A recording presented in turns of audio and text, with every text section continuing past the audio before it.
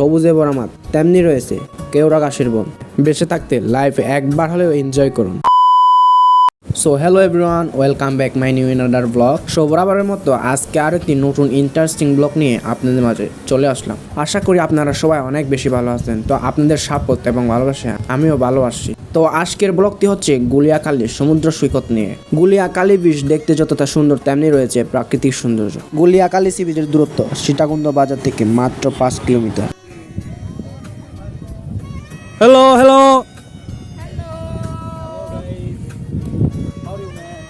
শুরুতে আপনারা তেমন একটা ফিল পাবেন না, তবে আমরা যত বেশি গভীরে যাচ্ছি তত বেশি সুন্দর লাগতেছে।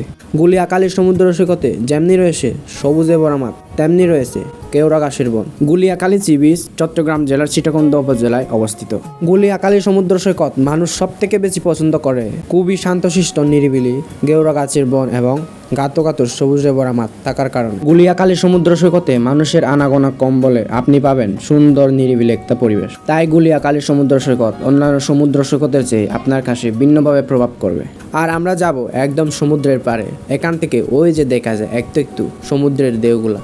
যত কাছে যাচ্ছি তত যেন দেখতে পাচ্ছি সমুদ্রের ঢেউগুলা এবং প্রকৃতির অপরূপ লীলা। গর্তে ভরা মাঠ, সাথে সমুদ্রের ঢেউগুলা এবং প্রকৃতি বাতাস দেখতে কতই না শান্তি লাগে। সমুদ্রের পাড়ে যত আসতেছি সৌন্দর্য যেন তত বেশি বাড়তেছে। আর হ্যাঁ, বেঁচে থাকতে লাইফে একবার হলেও এনজয় করুন এরকম সুন্দর সুন্দর জায়গা। সো আজকের এই ব্লগে আপনাদেরকে গুলিয়াখালী সমুদ্র সৈকত আপনাদেরকে যতটুকু সম্ভব ঘুরিয়ে দেখানোর চেষ্টা করব।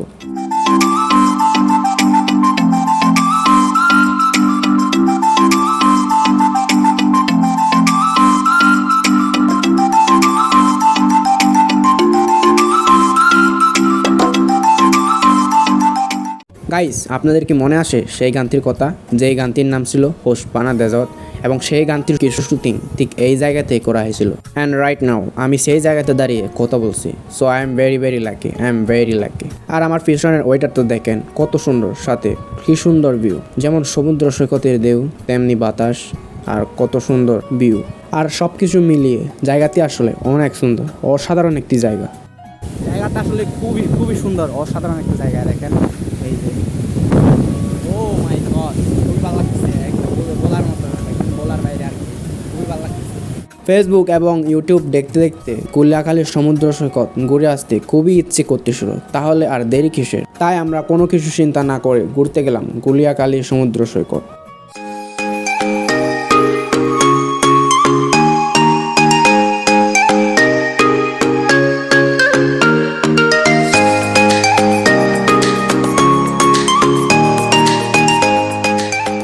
আর ঘোরাঘুরি শেষে সবাই মিলে আমরা একটা পিক নেওয়ার জন্য জড়ো হয়ে গেলাম। আমাদের গ্রুপের মোট সংখ্যা হচ্ছে 13 জন। সেজন্য সবাই মিলে একত্রিত হতে একটু সময় লেগে যেতে পারে। আর সেই সুযোগে সবাই যে যার মতো ছবি তুলতেছে, ভিডিও করতেছে, আর আমি আমার মতো ভিডিও মেক করতেছি। আর আমি যেহেতু ব্লগিংয়ের কাজটা বেছে নিয়েছি, সেজন্য আমাকে অনেক জায়গায় ঘুরতে হবে আর ভিডিও মেক করতে হবে। আর তার জন্য সবথেকে গুরুত্বপূর্ণ হলো আপনাদের সাপোর্ট। আর সবাই মিলে কয়েকটা পিকও নিয়ে নিলাম। আর সবার ছবি তোলা শেষে আমরা রওনা দিলাম আমাদের বাসার উদ্দেশ্যে।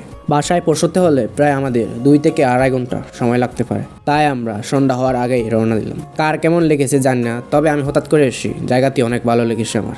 সো গাইস, ভিডিওটি কেমন লেগেছে? ভিডিওটি ভালো লাগলে অবশ্যই লাইক, কমেন্ট, শেয়ার এবং ফলো দিয়ে আমার পাশেই থাকবেন। আর আপনাদের সাথে দেখা হচ্ছে নেক্সট কোনো ভিডিওতে। সো আপনারা সবাই ভালো থাকবেন, সুস্থ থাকবেন। সবাইকে ধন্যবাদ, টাটা।